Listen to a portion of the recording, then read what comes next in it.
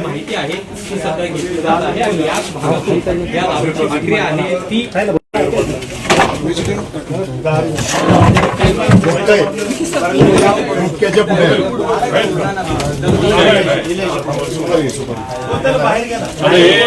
माझं असं मत आहे, मला कार्यकर्त्यांना विनंती आहे की 15-18 लोकांचा याच्यामध्ये मृत्यू झालेला आहे आणि असं एखादी सिगार दारू विकली जाते तर मला असं वाटतं की हे आपण उद्ध्वस्त करायला जबाबदारीने उद्ध्वस्त करून टाकावं.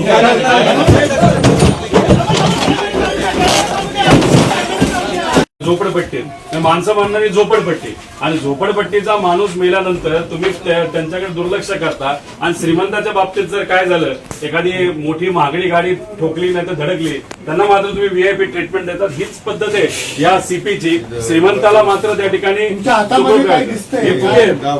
याच्यामध्ये दारू विकली जाते आणि अशा पद्धतीने 20 रुपयाला एक फुगा दिला जातो आणि ह्याच्यातच दारू पिल्यामुळे हे लोक मृत्युमुखी पडलेले आहेत आणि हे उरळी कांचन आणि काळे पडळ याच्या डोंगरामधून हे भरलं जातं. सप्लायर एकच आहे हे पोलिसांना माहिती आहे. एक्साईजची कारवाई केली असं आम्हाला कळालं पण पोलिसांकडनं या बाबतीत काय केलं जाईल मला माहित नाही. काही दिवस ही चर्चा राहील आणि नंतर ही विरून जाईल पण उद्या जाऊन अजून लोक मेले एकतर हे मेले त्यांना मदत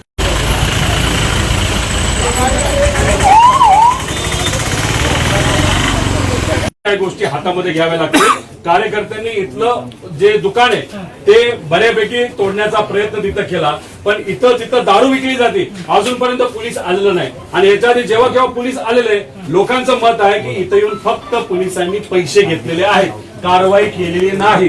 त्यामुळे अशा ठिकाणी जर दारू उघड विकली जात असेल पोलीस येऊन पैसे घेत असतील तर पोलीस प्रशासन सुद्धा या दारू विक्रीमध्ये सहभाग आहे त्यांचा हप्ते वसुली घेतात म्हणून मोठ्या प्रमाणात अशी दारू विकली जाते आणि त्यात गरिबाची माणसं आतापर्यंत 8 पेक्षा जास्त मेले. कारवाई करू आम्ही नाही त्या ठिकाणी जेसीबी लावली जाते